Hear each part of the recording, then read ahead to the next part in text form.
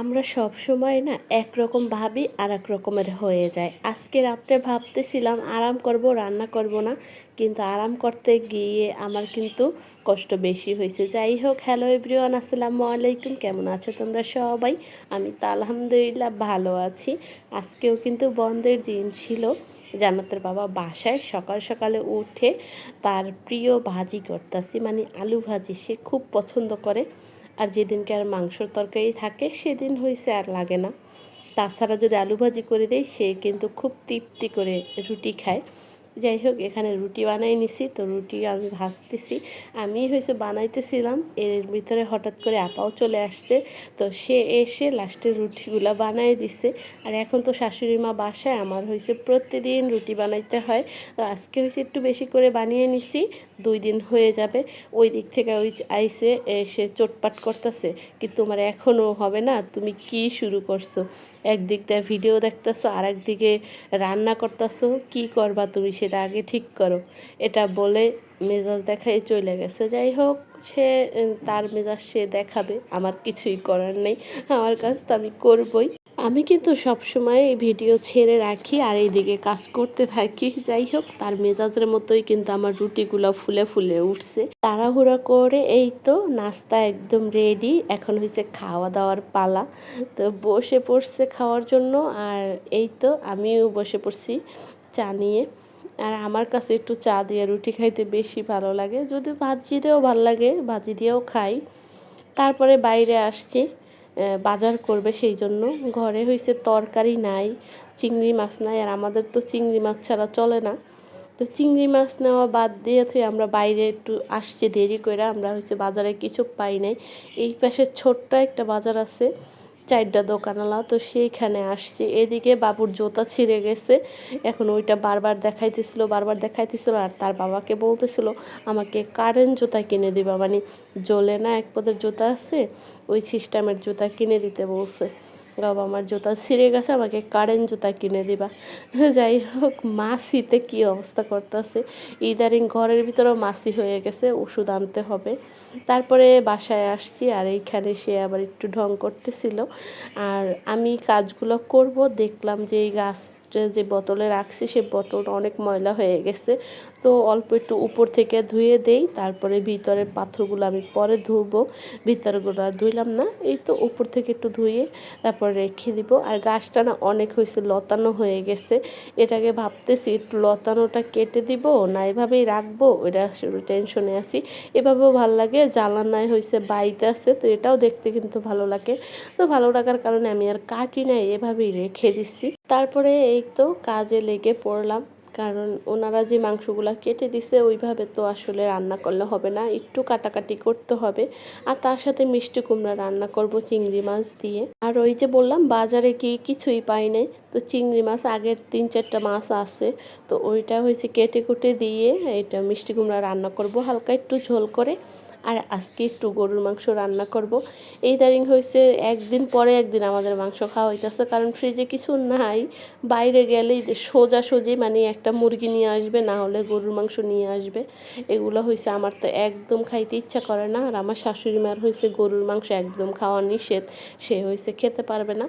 তো খাওয়ার বেলা হয়েছে একদম একটা অসুবিধা হয়ে যায়। তো যাই হোক, মায়ের জন্য মিষ্টি কুমড়া খুব মজা করে রান্না করব চিংড়ি মাছ দিয়ে। আর জান্নাতের বাবার জন্য হয়েছে গরুর মাংস। কিছুই করার নাই, মাছ নাই ফ্রিজে, সেই জন্যই রান্না। তো যাই হোক, মিষ্টি কুমড়াটা এটা কিন্তু আমাদের বাড়ি থেকে নিয়ে আসা। তো আমি 3 পিস করে নিছি, অর্ধেকটা 2 পিস রান্না করব, 1 পিস হয়েছে আমি রেখে দিব ভর্তা খাওয়ার জন্য। ওদিনকার আমার আপা এসে বলল যে সে নাকি মিষ্টি কুমড়া ভর্তা খাইছে, অনেক মজা হয়েছে, অনেক স্বাদ হয়েছে, সে নাকি বাগেই পায় না তাদের ঘরে আর কি নিয়ে খাওয়ার পরে। তো আমিও রেখে দিছি, একদিন স্বাদ করে খাবো সেই জন্য। তো যাই হোক, এই তো মাংসগুলো খুব সুন্দর করে কেটে কুটে নিলাম। এখন হয়েছে একটা আলু কেটে নিতে আসি, এখানে হয়েছে একটা আলু দিয়ে দিব। মাংসের ভিতরে আলু না দিলে তো হবেই না। আজকের ভিডিওটা একটু বড় হয়ে গেছে, তো আমার আফুদের বলবো এই পর্যন্ত যারা আমার সাথে আছো, আমার ভিডিও দেখছো, এখন একটা লাইক করুন প্লিজ, মনে করে একটা লাইক করে দিবে। তোমাদের একটা লাইক আমার কাছে অনেক মূল্যবান। যাই হোক, মাংসর মশলা কষিয়ে তারপর মাংস দিয়ে দিলাম। আর আমি তো হয়েছে সবসময় এই কাজটা করি, দেখা যায় মশলা দেওয়াটা ওই সময় না একটা ঝামেলা লাগে। তো মাংসটা কষানোর পরে ভিডিওটা চালু করা হয়, একটু সহজ লাগে। তো সেজন্য আর আমি তো হইছে রেসিপি দিতেছি না, আমি তো হয়েছে যেভাবে রান্না করি সেভাবেই হয়েছে শেয়ার করি। তো এখানে কিন্তু সব ধরনের মশলা দিয়ে তারপরে কষাইতে দিয়ে দিছি।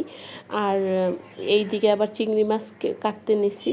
তো ওইটা আবার রেখে নাড়া দিতে লইছি যে কিনা আমার পুড়ে নিয়ে যায়। তো দেখলাম পুড়ে যায় না। তো এভাবে সুন্দর করে ঢাকনা দিয়ে কষিয়ে তারপরে এই যে মাংসটা প্রেশার কুকারে দিয়ে দিলাম। তারপরে হয়েছে আলু দিয়ে দিতে, এখন হয়েছে একটু জলের পানি দিয়ে তারপর হচ্ছে ঢাকনা দিয়ে দেবো। তো ওরা মাংসটা রান্না করা কিন্তু খুব সহজেই হয়ে যাবে। আর এভাবে মাংস রান্না করতে বেশি সময়ও লাগে না, 10 মিনিটেই মনে হয় আমার মাংস রান্না করা হয়ে যায়।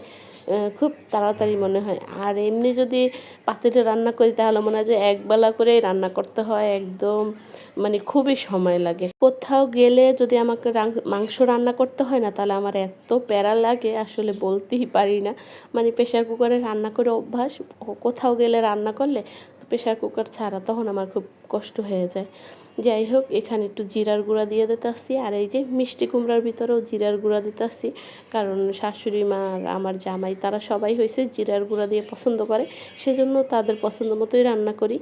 তারপরে মাংসটাও হয়ে গেছে, এখানেও হয়েছে একটু জিরা দিয়ে দিলাম, হালকা আর একটু ঝোল কমিয়ে তারপর নামিয়ে নেব। তারপরে এটা ছিল সন্ধ্যার দিকে চিকেন নিয়ে আসছে, আর তার সাথে ছোট ছোট সমুচা ছিল।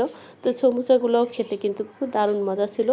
তারপর চিকেনগুলোও খুব মজা ছিল, গরম গরম সস দিয়ে খেতে ভালো লাগছে। আর এই যে চিকেন আনার আগে বলে গেছিলো জামাই তাকে যেন আমি চাল ভাজা করে দিই, সে চা দিয়ে চাল ভাজা দিয়ে খাবে। যাই হোক, সে ওদিক থেকে আমার জন্য নাস্তা নিয়ে আসছে, আর আমি তার জন্য ঘরে বসে নাস্তা রেডি করলাম তার পছন্দের। যাই হোক, দুইজনের পছন্দের নাস্তা হয়েছে, আজকে খুব মজা করে খেলাম। ওই যে আমি তার পছন্দের নাস্তা বানাইছি, সে আমার পছন্দের নাস্তা যাই নিয়ে আসছে। যাই হোক, মজা করে নাস্তা করলাম আজকে। টিভির রুমে নিয়ে আসছি, অলরেডি খাওয়া শুরু হয়ে গেছে। বাবু হয়েছে মোবাইল দেখতেছে, এদিক থেকে তার বাবা হয়েছে খাওয়াই দিতেছে। আর বাসায় থাকলে কিন্তু এটাই হয়, ওর বাবাই হয়েছে ওর দিকে বেশি খেয়াল রাখে, আমার এত রাখতে হয় না। একটা দিন আমি কিন্তু বেশ আরাম করি। তো আমি এই দিক থেকে চা আর হয়েছে চাল ভাজা খুব মজা করে খাইতেছিলাম, তারা ওই দিক থেকে চিকেন খাইতেছিল। যাই হোক, আমার চা খাওয়া শেষ করে রিল্যাক্স করে আমি চিকেনটা খেয়েছিলাম। তারপরে আলু সিদ্ধ করে নিছি, একটার পর একটা করতেছিলাম। আর যেই বলছি যে আমি ভাত রান্না করব না, ওটাই আমার কাল ছিল। আর জান্নাতের বাবা হয়েছে এইরকম, সে যদি জানতে পারে যে ঘরে একটু ভাত কম আছে, ভাত হবে না, তাহলে তার বেশি খিদা লাগে, এটাই সব সময় করে। একবার কোনো রকম বলছি ভাত রান্না করব না, তো লে হয়ে গেল লে হালুয়া। নাস্তা করার পরে আলু সিদ্ধ করছি, তারপর আবার খিদা লাগছে, লুডুস রান্না করছি, তারপরে হয়েছে ডিম পোস্ট করছি। যাই হোক, এভাবেই আমার দিন কিন্তু আজকে চলে গেছে, খুব সুন্দর করেই চলে গেছে, হাসি মজা করে। তো এই ছিল আমার আজকের ভিডিও। আশা করছি আজকের ভিডিও তোমাদের ভালো লেগেছে। ভালো লাগলে অবশ্যই লাইক কমেন্ট শেয়ার করবে। সবাই ভালো থাক, দোয়া করবে। আল্লাহ হাফেজ।